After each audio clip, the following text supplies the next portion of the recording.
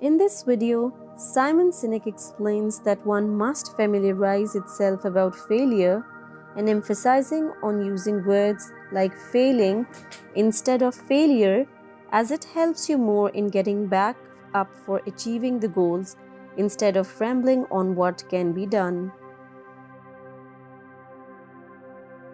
Let's be crystal clear what a trusting team is. We've all been on one in the past, and I hope you're on one right now.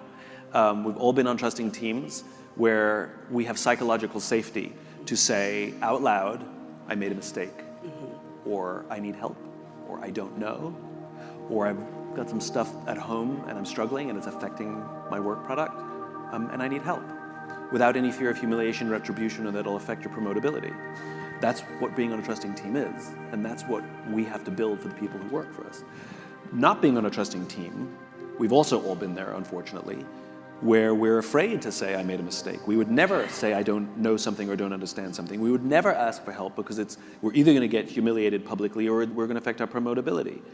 And the opportunity to build trusting teams is what leadership is all about.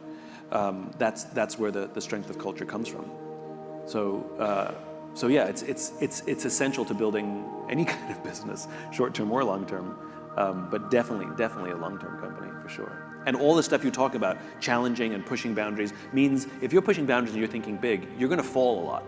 It happens. There's no such thing as innovation without experimentation, and experimentation inherently requires failure. And I think a lot of companies that are too finite-minded, they fear failure. They fear, well, let me restate. I actually don't like the word failure. You hear it a lot, which is, we have a fail-fast culture, I think the problem with the word failure is it's like the word cancer, which is there's a huge difference between stage 4 liver cancer and melanoma, and a mild melanoma. But they're both called cancer. That's the problem. And there are failures which are minor and overcomable, and there are failures that are catastrophic. But the problem is they're both called failure. I like the word falling. Failure we should work very hard to avoid. But falling, we should encourage because you can get back up. I know of one large gaming company, and I love this, that they don't have parties when they hit their goals. They have parties when they fail. They have parties when a game is a complete blowout, because they're trying to acculturize being comfortable with missing a goal or complete abject failure. And they have a party, and they have their own champagne, which it has a label on it. Their own label, I think it's called, they're called lessons. And on the back of the champagne bottle after the party, they actually write the lessons they learned from the failure. And so it's a company that's very comfortable with failing, which means they try again very easily, and they're super innovative. So creating a culture where falling is part of the game, I think is wonderful. It has to be celebrated. I love it.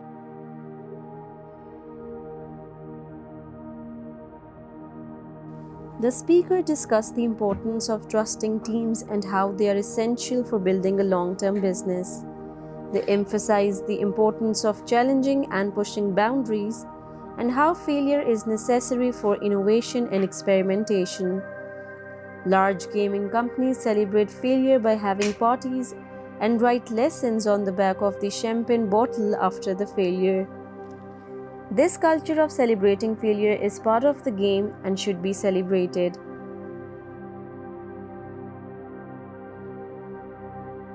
So I'm a devotee and complete fanatic for the infinite game and having an infinite mindset. And very quickly, just a quick definition so you know what I'm talking about.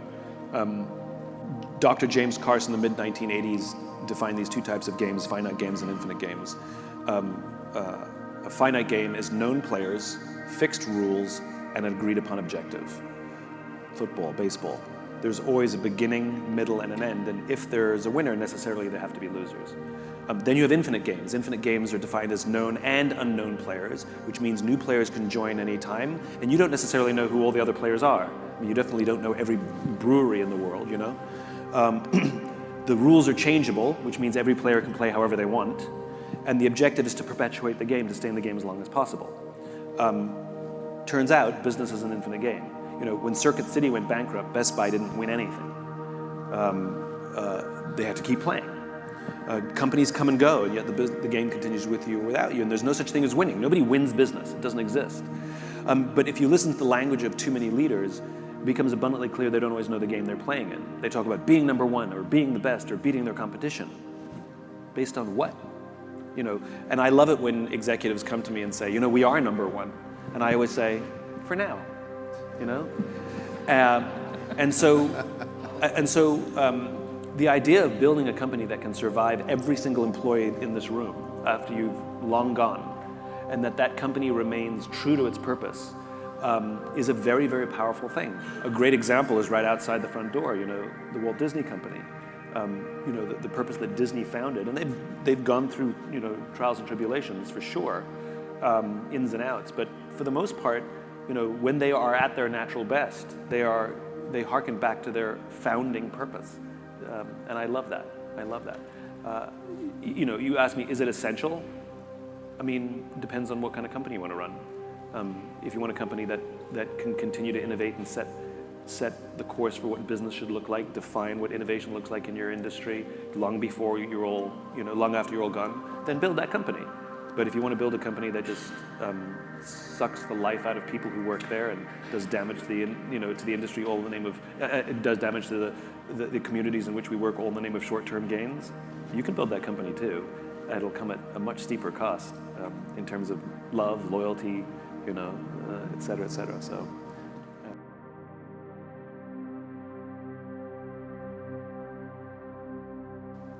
This video emphasizes on the correlation between cancer and considering failing as cancer, and how falling from the failure should be encouraged to encourage people to get back up.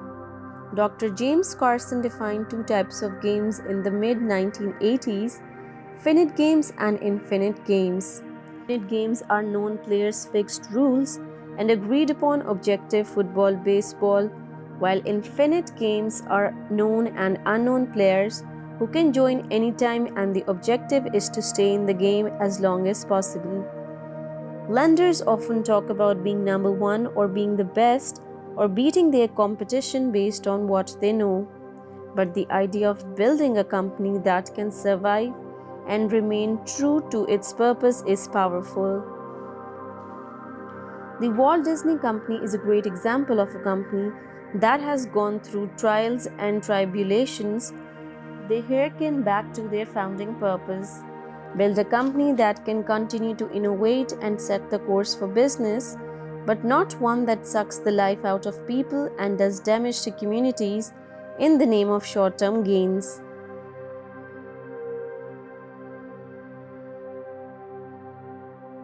Hope you liked the video. Thanks for watching. For more videos like this, please subscribe.